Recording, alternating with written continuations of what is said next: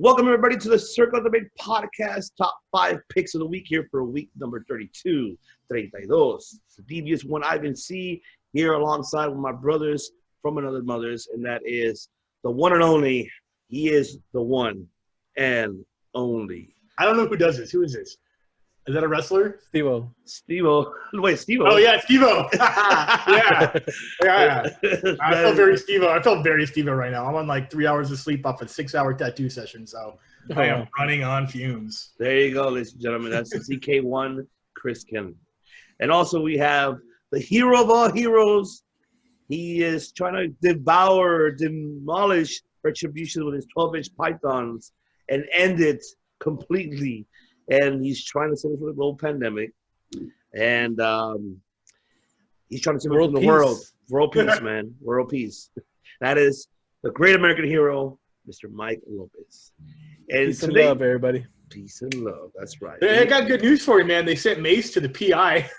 Oh, yes. Performance Center.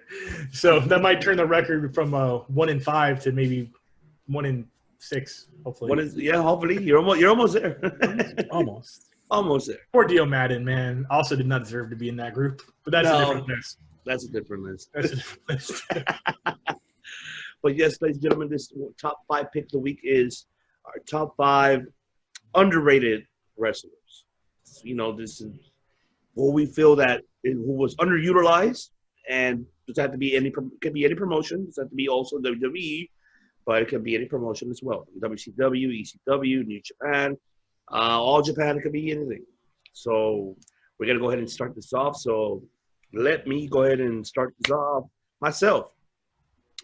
My number 5, I have Rick Martel, number 5. Love you already. Fantastic choice, sir. Good job. A+.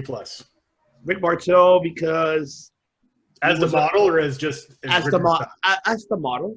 Okay. And even when he was by himself before too, he was very underutilized. After he left Strikeforce with Tito Santana when they broke up, when he went heel, I'm like, I was really happy to be honest because he. Did you say Strikeforce? Yes, there was a tag team which was Tito Santana, Rick Martel. They were called Strikeforce. That was in like 87 or some shit. Around 87, 88. So that was the hottest tag team too. They were actually not a bad tag team. You thinking he was an MMA fighter like 5 years ago? Yeah. He worked for Scott Coker. Wait, what? That would be crazy. I know, right? But yes, after he left that faction, that tag team, he went singles competition and he became this character, Brick, just with a big old, I didn't forget what the hell it's called. This is insane. How did I pull this off? They debuted in August 1987. I have something wrong with my brain that I know that off the top of my head. I need to go see a doctor or something. Like I should not go to a psychiatrist. I still have to go see those. I have to see those matches again. I have to see the tag team again. But other than that, I mean, Rick Martel, he never won a championship. He's never won an Intercontinental. He's never won anything at all. Not even main evented at all. He was always a mid-card level, underutilized. Yeah, and I feel that Rick Martel would have pulled it off 100% because of his persona, heel fashion he had back in those times. Oh, he would have been a perfect world champion, or even an Intercontinental champion would have been perfect. Yeah, he had the tag title, but I mean, it's hard to call that a world title because so many people have it, and so many people get it tossed to them just to have it. I agree. And the other individual I feel that deserves to be right next to him is my number 4, and that's Lanny Poffo, the Genius. I feel that's another one right there. Why I say the Genius? Because that was the most annoyingest character that the whole people really hated, and I hated it myself too. But Lanny Poffo pulled it off. Yeah, his brother was up there, Randy Savage, but I felt like he could have been a great heel and winning that belt. I would have been like, it would have pissed the world off, and it would have got, the fans more. I don't care who it is. Someone just beat this guy for that belt. It could be either for the IC or for the world championship. I think that would have been awesome to see Lanny Poffo to be up there too, underutilized as well. And the only thing I just really hated the fact that they used this character very, no pun intended, and I'm not disrespecting, very wussy, not. Yeah, I get you. It's not, it's nothing. It's a character. It's It's what he was character. given, basically. Yeah, his gimmick was I didn't like it. I didn't like that style. I mean, the gimmick was fine for me, but just him prancing, like, what the fuck? What's up with that? No, he should be like the, one of those type of high school scholars, like, one of those smart asses, like, yeah, I'm better. Should have found really. I mean, in today's climate, you have the writers and hopefully the cleverness to write like an angle where he could have found very clever ways to win matches, based on like maybe he's backstage and he's got like a chalkboard. He's like, based on my calculations, this is how I'm going to win the match. Yes. And then he goes out and fucking does it. Yeah. Everyone carried the 2, which got me the 3 count. Shit like that. Like, that would have been really funny to see him like find actual like mathematic equations and shit to like win matches. But that idea is ahead of its time. I agree. Yep. Yeah. And my number 3. And this is a WCW alumni who should have been used because he was very talented in the ring. He reminds me kind of I mean, he was your Val Venus of WCW because the way how he danced. No. Get the fuck. If you say Disco Inferno, I'm gonna fucking smack you across the screen. No, I ain't talking about him. Alex Wright.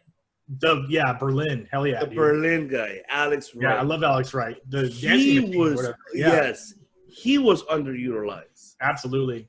And I mean, and the guy was talented. He put on really great matches that I remember in WCW.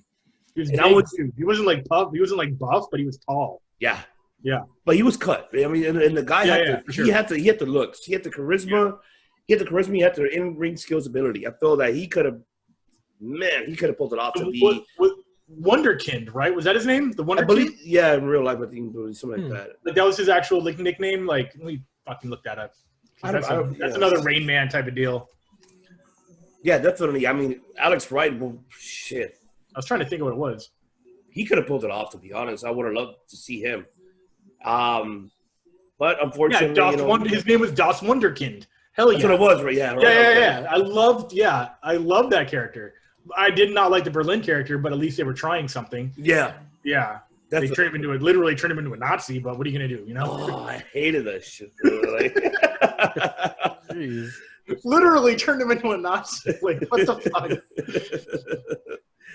And this was WCW? Yeah. WCW, yeah. Oh, but when he was Das Wunderkind, he was like a German nightclub kid, like a club kid. Yeah. Okay. Yeah. Like he would always he was kind of like Stefan. Yeah, from Saturday Night Live. Like, this is how we dance on sprockets. Yeah.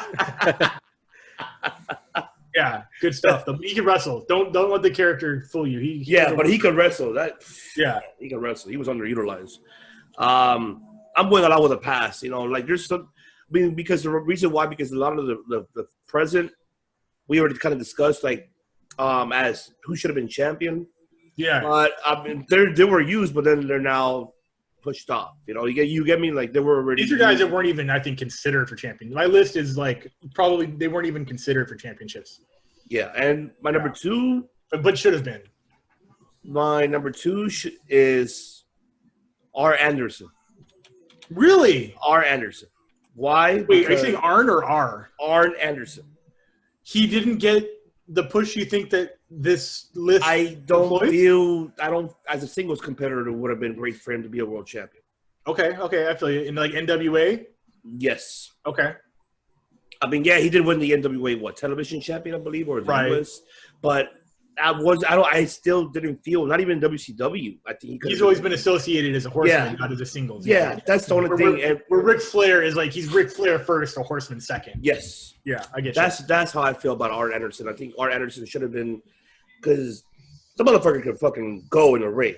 Yeah. Like, if you go back to looking at his, singles competition before, even without or with the Four Horsemen, when he won the TV title in NWA, I mean, that motherfucker could go. And he He's a heavy hitter. He reminded me a little bit of Barry Windham style, but a little bit of his own. It's like American strong. It's like American strong style. It's very wrestling, power wrestling. Very slammed. stiff. But his stiffness was in his soul. Yeah, that's what I loved it, and I think like Zbyszko was like that. Larry Zbyszko was exactly like that too. Yeah, yep, agreed.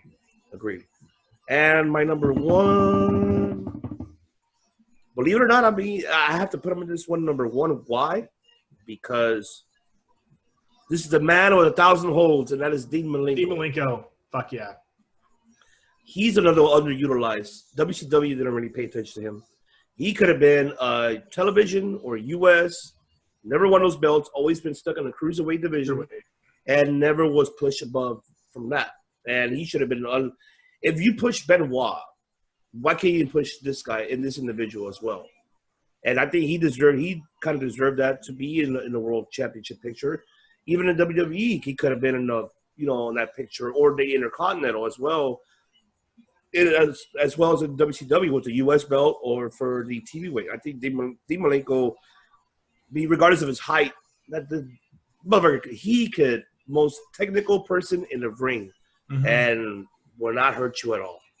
He put out phenomenal matches with Mysterio, with Eddie.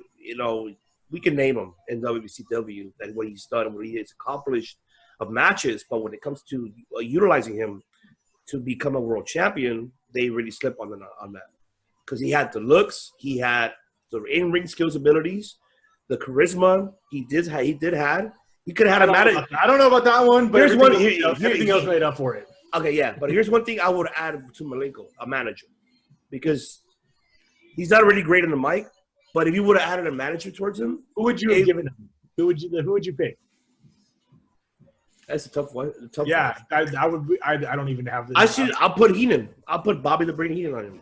That's nice. That's not bad. I would put Bobby the Brain because Bobby the Brain Heenan will as a heel, like Keebler when she was Miss Stacy or whatever her name was. Yeah, because not only that, I mean, Heenan still had the manager role at the time during that during that tenure in WCW. He could have pulled it off with Malenko. He did it for Perfect in WWF. God damn. But he could. Heenan and Perfect is fucking. It was a good duo. Why not?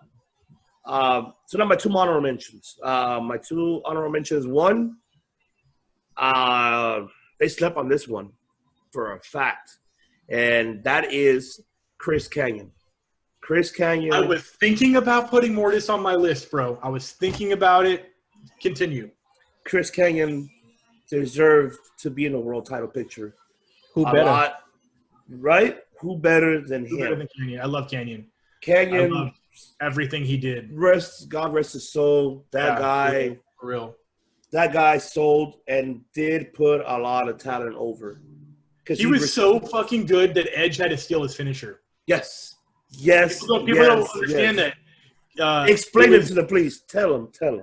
Mortis was doing the downward spiral. I forget what he called it, but he was doing that reverse Russian leg sweep fucking a decade before he hit WWE. And I was like, that's fucking sick. Go back and play WCW versus NWO World Tour. That was his finisher as Mortis. He was using it so much before it hit any main roster. I was like, I almost wanted to use it, but then I was like, I don't want to be a Canyon ripoff, But yeah, as Mortis, yeah, that shit's perfect. Yeah, definitely. Chris Kanyon is, for me, the most talented person in the ring. He had the charisma. He had it all. I don't know why. Not even when he went to WWE, they didn't utilize him correctly either. He had that lisp. Vince doesn't like a lisp. Yeah. But Jack Hager had it too. Who cares? Yeah. Cody has it too. That's why you had Dutch Montoya, whatever the fuck his name is, as the voice of Jack Swagger. But yeah, my other honorable mention, he did have a big push in ECW, but I feel that he could have been a big push in WCW and WWE at the time. That's my opinion. I feel Shane Douglas. Even though you're saying that no, he shouldn't. He was under. No, I'm not saying that he shouldn't be on your list. I'm saying that I think that he, I feel you. As far as in maybe not ECW. In ECW, he was fucking all-team all-star captain of the fucking company. Oh man, he was the one leading the team overall. He was the captain of that. But I feel that before he went to WCW, I mean ECW. I feel when he was in, WWF, they could have used him very well. And WCW, that wasn't his fault. That was the Shawn thing. Shawn didn't like him. Ridiculous because there was Shawn. And I'll add another one just here for the fuck of it. I want to add him this Dynamite Kid. Oh fuck yeah, dude! I'll add Dynamite Kid on this one. Yeah, because I mean, don't get me wrong. Even the British Bulldog separated, he could have been another one by another singles competitor for himself, and he would have pulled it off. But unfortunately, because of his personal bad habits, did not happen. But if he would have switched his calmed down on his abuse, personal abuse. He liked to have party. He partied. He partied hard. But if he would have come down with that, he could have been the first Chris Benoit, if you get my point. But which he is when it comes to in-ring skills ability. A lot of that UK style is from him, like that power and flyer style. That's all Dynamite Kid started that. Mm-hmm. Definitely. That's what I have. Cool. All right, so Mr. Hero, take it away. All right, here we go. So, there's a lot of people, a lot of names that could belong to this list. A lot of great wrestlers, sports entertainers, whatever you want to call them, that deserve the recognition and the pushes that they probably didn't receive. So my number 5 is Drew Gulak. Who does Vince McMahon send people to when they need help in the ring? They send them to Drew Gulak. We were just talking off the air that send this whole exodus of sending the heavies back to the Performance Center. They're going to Drew Gulak. He's running it right now, basically. Yeah, absolutely. And coming into SmackDown, they kind of paired him up with Daniel Bryan, and then after that, I love that angle. That angle was sick. I love it too. That angle was so fucking sick. He's like, I know how to beat you. I've done the math. I'm like, oh shit, he might actually get this. Yeah, absolutely.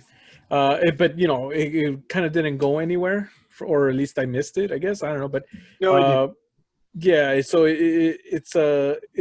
he's one of those wrestlers that I feel like, why do that and just have him there and not unleash him to have all these great matches with everybody else? He's training with them anyway. On the mic too. Yeah. From what we've heard, all of it, man. He's not shy with the talking. There you go. So I heard that he was the gobbledygooker at Survivor Series this past month. So yeah, number 5. Number 4 is Wade Barrett. This is a guy. I was thinking inside and outside the box. Yes, because he did get a WWE title shot at Survivor Series 2010, I believe, and he was the leader of the Nexus, so there was somewhat of a push there. There was something there, but as we all know, or as we've heard, I should say, that John Cena did not want to put them over at SummerSlam 2010, and that just kind of killed that momentum there. So I feel that he didn't really recover, or his career or persona or push, whatever, didn't recover. Currently, he's commentating on NXT, which is great. It's congratulations to him. But is he injured or anything, or is he just not performing? Like, what is he retired from? I don't know. He retired from the ring. He was the We Are Defiance champion when they were What Culture Pro Wrestling. Yes, but that was 2-3 years ago. Yeah, but he it's not a retirement, but he just stopped because he was more focused on films and more focused in the movie industry. Okay, they're wrong. I mean, they're not popular, but he's not a bad actor of the movies that I saw from him. Oh, I forgot the name of it. I forgot the name. I'm sorry. Yeah, I don't know. It's all good. So that's number 4. Number 3 is Dolph Ziggler. I heard a report. I heard a report recently where Vince McMahon would bury Dolph Ziggler because Pat Patterson kept trying to get him over.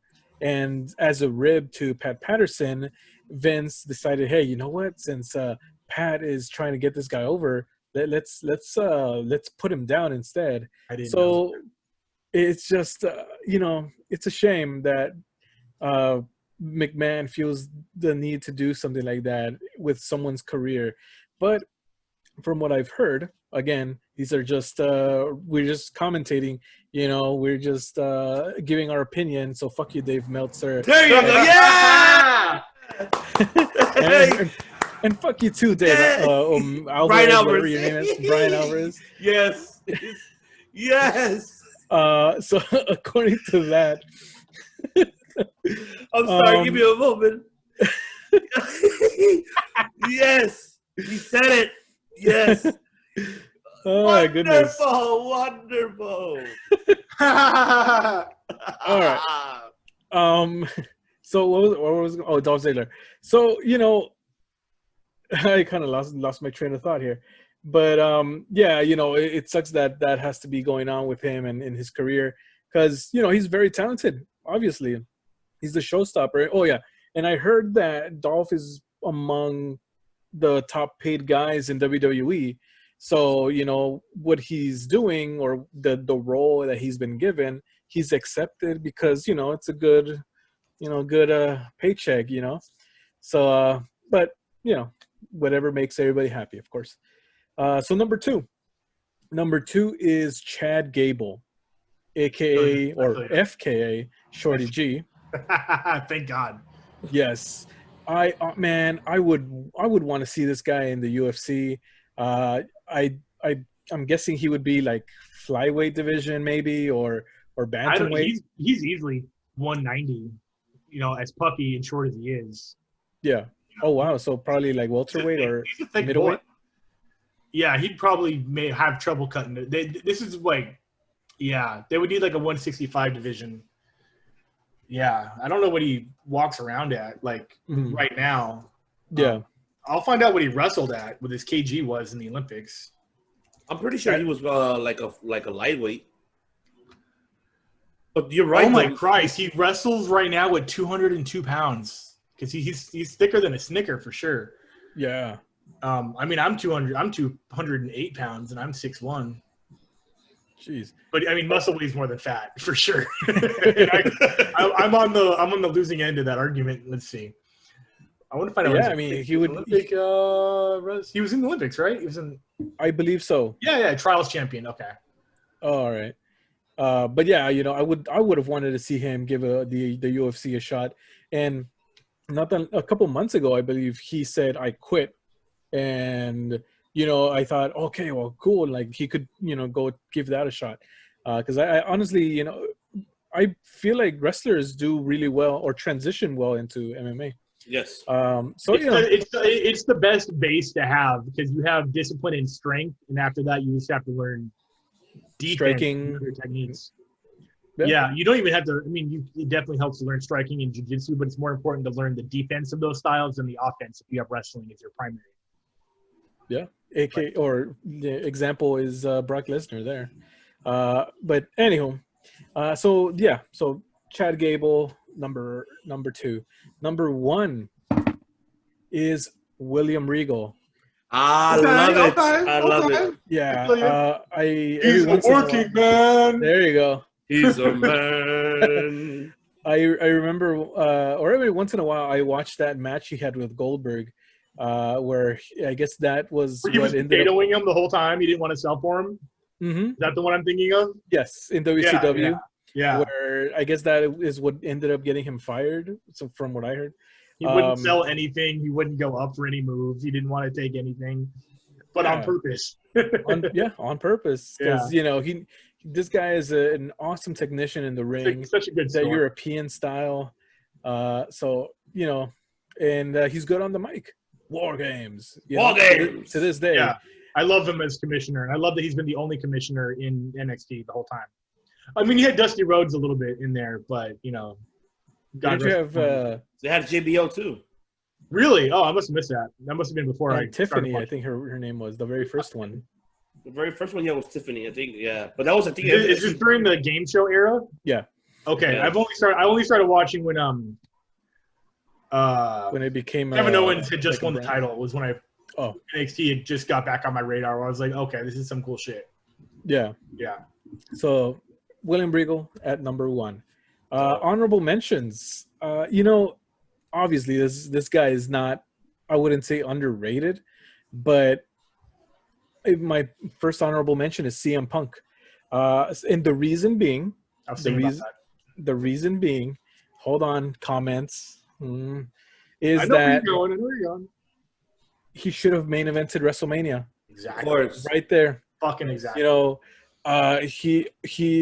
If McMahon really needed The Rock to be in the main event, why not just make it a triple threat between Cena, himself, They've and done it before.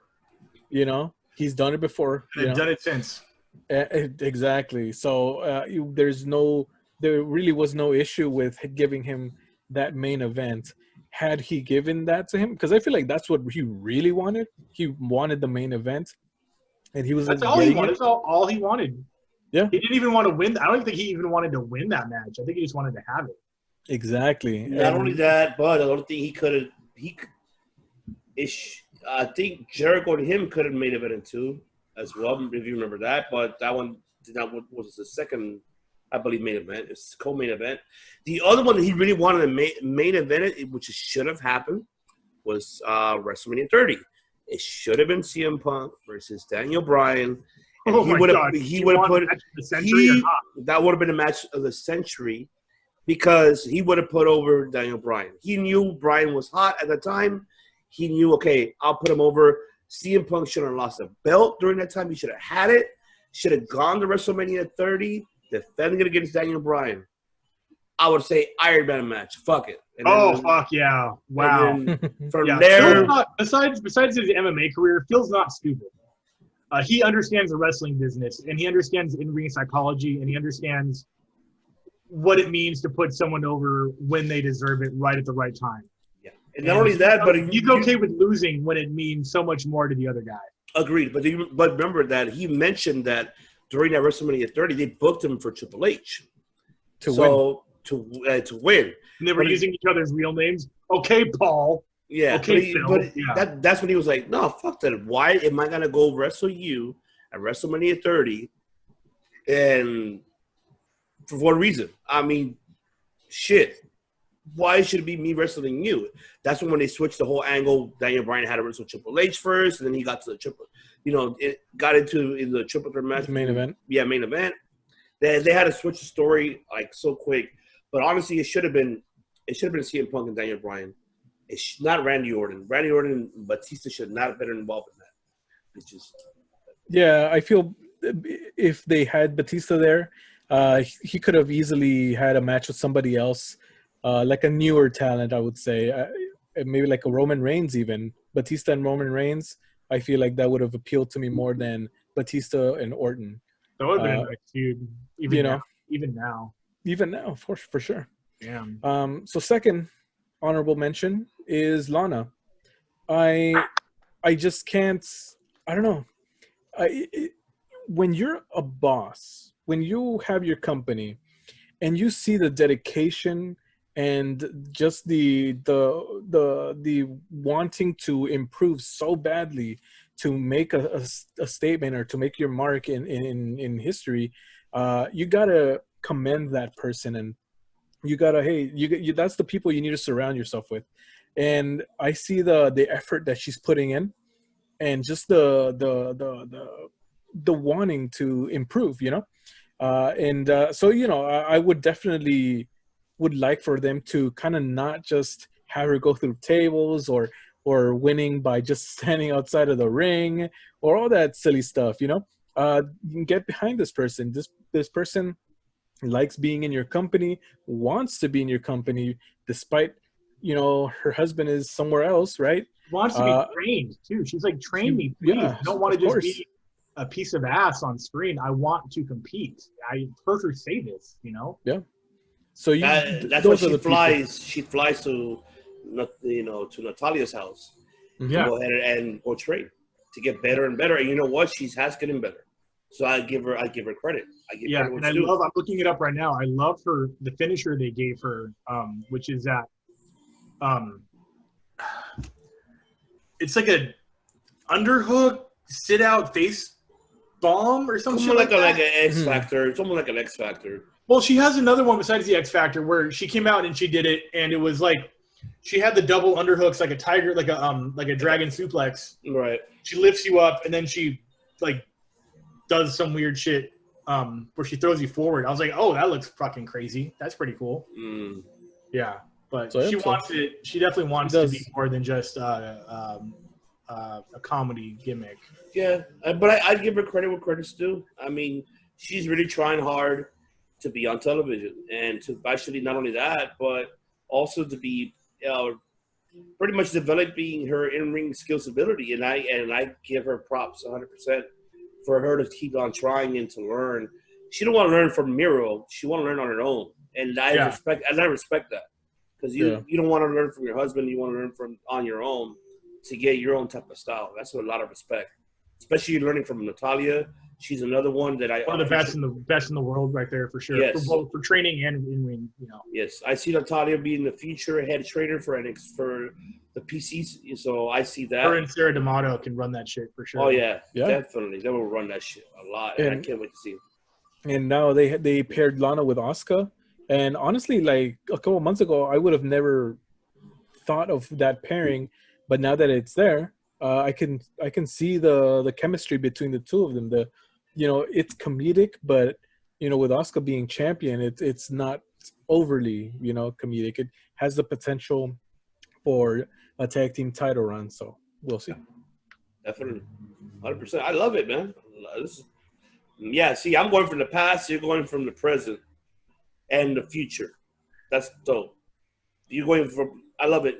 The William Regal one, you're absolutely right. That one really caught my attention. Yeah, I feel you on that one for sure. That one for sure, because William Regal was underutilized in WCW and underutilized in WWF at the time. He could have been a phenomenal world champion for sure. Yeah. And, oh, my God.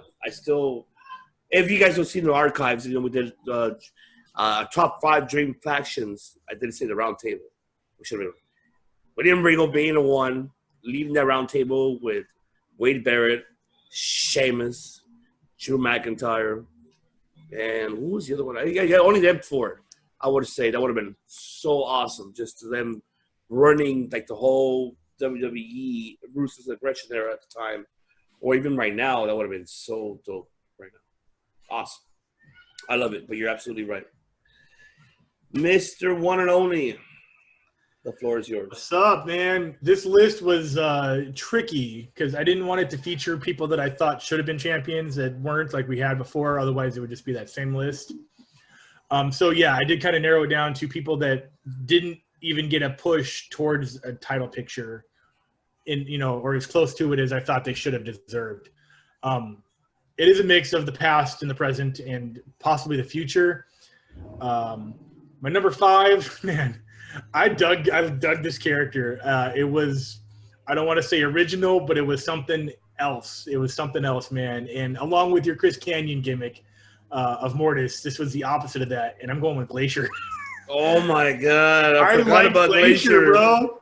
I liked Glacier. We all know it was just a Sub-Zero gimmick, but he was a full-on Taekwondo master. I loved it. Yeah, I think he would have been a great adversary to the NWO at the time. It would have been cool to see him take out a lot of the mid-card NWO guys and maybe hit a wall when he got to like Nash or something like that. But I could have seen him taking out he could have taken out Six and Horace Hogan and Scotty Norton and Bagwell, a feud with Bagwell, get him into the U.S. title picture, that's and stop there. But that would have been sick. But I think a lot of people just at the time were not into anything non-Hogan. It was just bad timing on the character. I'm sorry because you mentioned Horace Hogan. I did mention Horace Hogan. It's the last time anyone's ever going to mention Horace Hogan, but I did it. I hate to say it, but it kind of reminded me of Randy Hogan. You remember that right? one? Oh, my God. Supposed to be Hulk Hogan's brother. It was actually his nephew for sure. Yeah, but yeah. What? It wasn't his nephew, was Horace Hogan is actually Hogan's nephew. Yeah. yeah, that one. But I'm talking about Randy Hogan. Oh yeah, I got you. They were trying to copy Hogan before he went to WCW. They made their own Hogan. It was like the fake Nash in Ramon. His in-ring performance was fine. He was fine. He was a little older at the time, but I mean, he had a sick sidekick. It was basically a more brutal Sweet Chin Music, I think, more realistic. And I got nothing more to say about Glacier. I enjoyed it. I love his entrance though. His entrance is shit. It's just the lasers and shit like that. Yes, they definitely backed him financially as far as character development goes, for sure. Mm-hmm. I forget who my number 4 is, so I'm going to click on it and then explain it afterwards. That's right. Okay, Stevie Richards. And I don't mean the Right to Censor Stevie, and I don't mean the BWO Stevie, but if you would have pushed him in a very CM Punk-esque way, as not CM Punk as the character, Society? Kind of more of just like let him be himself, let him be funny and serious and dangerous at the same time. But he's a great worker. He's charismatic. He has personality. The Right to Censor gimmick was so bad. Like, he was the leader of that shit. Like, god damn it, dude. Like, did you guys even watch ECW? Like, he had all the tools to become at least intercontinental status. You know, he could have been a very, very similar to Ziggler as the heel and the face. I like Stevie Richards on all fronts except for Right to Censor. Oh, fuck. I don't even like bringing that up. Intercontinental at best, but it would have been nice to have seen him main event at least more Raws and minor pay-per-views. That would have been pretty cool. Agreed. Yeah. Number 3. Who is my number 3? Aleister Black. Mm-hmm. There you go. Should he, even though he's currently active on the roster, I say. We know why. Yeah. Term used loosely, right? Yeah, right. The dude can bang. Dude smashes people. I love his skills. I love his character. I don't know, man. Like, hopefully he goes somewhere in his career, in or outside of the company he's currently in, that his hard work pays off, because the dude can just go. The guy pulled.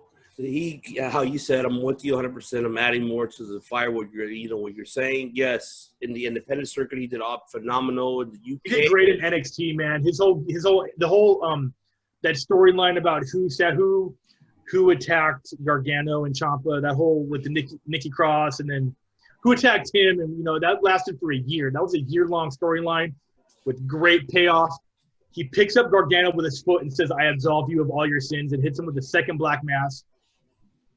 Beautiful storytelling, and he can moonsault, he can kick, he can backflip, he can Muay Thai. He's the total package, man. He doesn't even need to talk, and he can talk. So there's no reason besides internal politics that he should not be world champion. He can absolutely be. He can stop Roman Reigns. He would make sense. That would put him in a program of the Reigns, and if he beat Reigns, I would be like, I believe it for sure. Definitely. This is where I get mad at fucking Vince. Yeah. That's where I get pissed off. I get mad over this bullshit. Like, fuck, you guys are dumb fucking idiots. You stupid idiot. Stupid idiot. Like, okay, I get the point with Thea Trinidad, what happened. Understanding. Of course he's mad. Well, it's not. I don't understand why they are coming down on her, but they're taking it out on him. Actually, because he demanded to go back to NXT when that happened. He's like, you know what? Yeah. I'm going back to NXT. Let him work. No. Let him work. Yeah, they don't want. Oh my God! Imagine him and Karrion Kross. Buddy, imagine the fucking yes. That will be a match to see. Yeah, I can't wait to see what you heard. If you watching this shit, Paul Levesque, better tell Vinny, hey, give me Aleister Black. Let him bring him back to NXT. I need him to feud with Karrion Kross. Oh my God, that would be a great takeover match. A trilogy would be. Yeah, fuck yeah, dude. My number 2, I feel very similar to what I feel about Aleister Black with my number 2. She should be running shit. They don't give what I've always said about this particular performer is they just don't give her the mic enough. But when they do give her the mic, she can handle business. She had a brief feud with Rousey. She got jobbed the fuck out, which is fine because it's Rousey. but Miss Dana Brooke should be running shit right now. I agree 100%. Dana Brooke is one of the best performers that no one's talking about. There's no holes in her game. She's athletic. She's entertaining in the ring. She can tell a story. She can backflip, and she can lift you above her head. She's literally the total package, and I don't mean that because she looks like Lex Luger. But they just don't give her enough screen time, and they don't give her enough mic time. But when you listen to her promos on the mic, she can handle it. You know, like she's articulate. She doesn't stutter. She's passionate. And I don't see any reason that she's ever been held back. I don't think she's even held the women's title at all. Never, ever, I think ever held. I don't even think she had the NXT title, which is a damn shame. Never either. Yeah, it doesn't make any fucking sense because she's the way how I feel. Like same thing you said about Lana, about she just wants to work, she wants to train, she wants to get better. Dana Brooke is doing that and getting better. 100%. This past Monday night, she got a win. I forgot about against who, but Reckoning. There you go. So that doesn't count. I got a sense of Mia Yim like twice in a row. Mia Yim twice in a row. Well, if that was an NXT match, those would have been match of the years. You know what I'm saying? But because it's Retribution, those are just like falling under the wayside and thrown under the apron. Oh, he does have a point though. I mean, because Mia Yim, solid point. Mia Yim just got to the main roster, so you're really of course you're gonna get buried first. Ha ha! They're burying you right quick. Okay, you're gonna get buried in the first month or two. It's a good Vince. It's a bit. You know how Vince is. But I agree with you 100%. Dana Brooke has developed her in-ring skills as of late. I don't think they ever lacked. I think that when she debuted, she was good, and when she got main roster, she was good. The only problem with her is she did get hurt though. Well, that's not her fault. Though. I know. It's not like it was a major concern of her she injury. Wasn't hurting like she's not like Nia Jax, who literally can retire people like left and right and sucks on the mic, and it's not fun to watch. I mean, all due respect to not to Nia Jax because she's hurt too many people. My number one friend of the show, I would love to have him on Man Crush Monday, Mr. Matt Cardona. There is no reason this guy shouldn't have been pushed to the moon. Woo woo woo. Woo woo woo. You could have even had him go serious, and be kind of boring for a couple of minutes, and then have him just pop as like a top heel, like drop the bro gimmick, the internet champ. He's imposing. He's good looking. He's articulate on the mic. He's entertaining. They had it out to just not push him. I don't see if you're watching this. He's hitting on your boy. Yeah, definitely am. Yeah. Chelsea Green can pack her bags, bro. I'm moving in. Just saying. Just it had everything going for him, and no reason that it didn't. It didn't hurt anybody. If consummate in-ring performer, good on the mic, good looking, charismatic, tall, big, buff, can wrestle. Is what passionate about the business.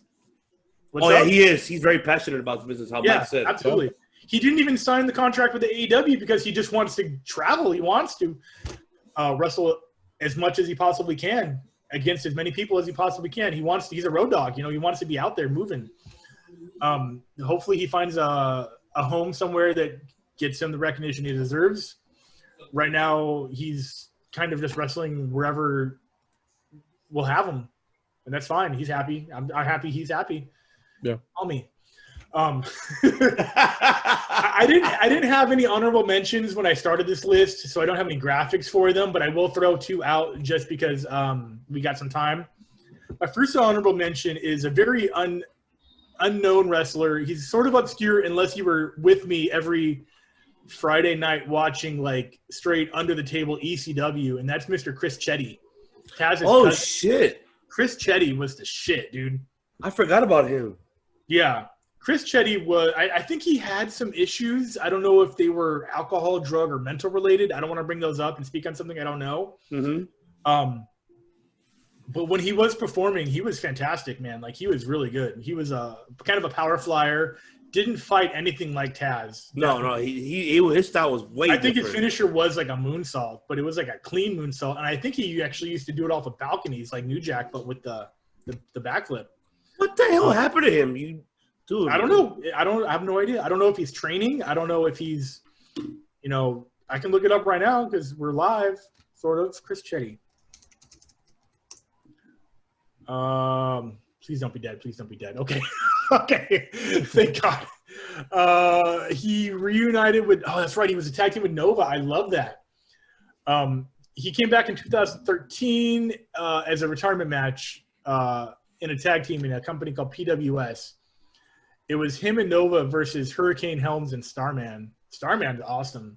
From the old pro wrestling game from like 1986 on the NES. Still one of my favorite video games of all time. Fond memories of that. That's a different list for sure. Yeah, that's all I got to say. Chetty was awesome. I don't think that he even got pushed much in ECW, even for being Taz's cousin. I would have liked to have seen him in the TV title picture. He would definitely have lost to RVD, but to have seen that match would have been pretty cool. And then my second honorable mention, nobody remembers this guy, and John Cena shut him down because he was just too good looking and too talented and technically kind of stole his finisher, but that's Alex Riley. wow. Alex Riley was the shit for the 2 minutes that he was on that roster, but he kind of showed up, rubbed Cena the wrong way. Cena basically pulled the plug on his entire career and has only been seen since on one of the greatest TV shows of all time, Glow, where he plays the trainer, one of the main trainers. Yeah. I didn't even know it was him until I read the credits. I'm like, oh shit, that was Alex Riley. It's been a bit. It was Riley and Johnny Mundo. They were part of John Morrison now in WWE. But Johnny Nitro. Yeah. Johnny Nitro, John Moore. Whatever. He's everything. Johnny Johnny Impact, Johnny Underground, Lucha Ground. I don't know. Anything. Yeah, no worries. But it is what it is, man. But I think Riley could have been pushed to the moon too. He was good looking. He could have fit that sort of evolution style character where he was charismatic but kind of a corporate dick at the same time. That would have been really cool to see. You know what? There was a feud though that he had at NXT. I remember when he went back to NXT. He never even held a championship. He held the FCW Heavyweight Championship. But what I mean is like when he went back to NXT because he left to be in roster, went back. I think he was a commentator and they had him a feud. I forgot with who though. I'm trying to remember. Shit, yeah, I need to go back. But he had that. I like to bring up Wikipedia's as we're doing this just to catch up on some shit because that's how I get all my info. Yeah, nothing, man. He's I guess he announced last year on Instagram he's coming back to wrestling, but I mean that was pre-pandemic, so who knows where or what he could end up doing. I remember seeing him in person at Access when they had it here at SummerSlam, and the reason I remember is because it was the hottest day of the year, and everybody was just early, or was that the name of the event? No. It was literally the hottest day of the year. The hottest event of the summer. And I remember Alex Riley comes out to his signing wearing a full suit, all dressed up, and everybody was like, "Man, is that guy like? Does he have an AC in there or something?" In his jacket, like little fan. Yeah, because it was that hot, and he was in the character, full and full. But yeah, just one of those careers that just ended too soon due to internal politics. I think it's literally because he was doing the come on, Kennedy, you know this shit. Oh my God, FU. Yeah. But what is it actually called? Not the Blue Thunder Driver. What is it called? Burning Hammer. He was doing the Burning Hammer. That was his finisher. And I think he kind of might have turned it into like an RKO a little bit, just a little bit tweak on the end of it there. But John's like, oh, that finisher looks too much like mine and it looks a lot better than mine. Fire that guy. I think that's literally the story. If I'm wrong, leave a comment down below. Tag me in it because I don't like to be wrong ever about this information. Just room in your window. Yeah. I mean, that's my list. Those are guys that, would have been cool to see go a little bit further in their career or a lot further depending on who you ask. It's a hard list to put together. There's so many people that could have made that list. Yeah. I just picked the top 5 that came to me off the top of my head. I loved it, man. You guys, all of you guys killed it with these lists. I love it, man. Shit, yeah. I forgot about Alex Riley. It's you and Chris Chetty. Chetty, I'm like, fuck.